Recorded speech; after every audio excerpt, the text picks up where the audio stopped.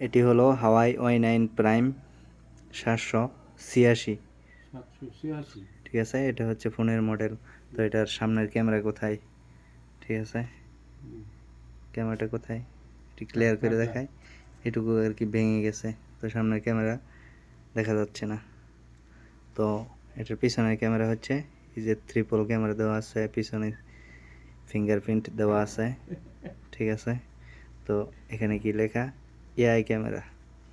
তো এইখানে আমরা ক্লোজ করে এখন সামনের ক্যামেরাটা আমরা দেখি কোথায়।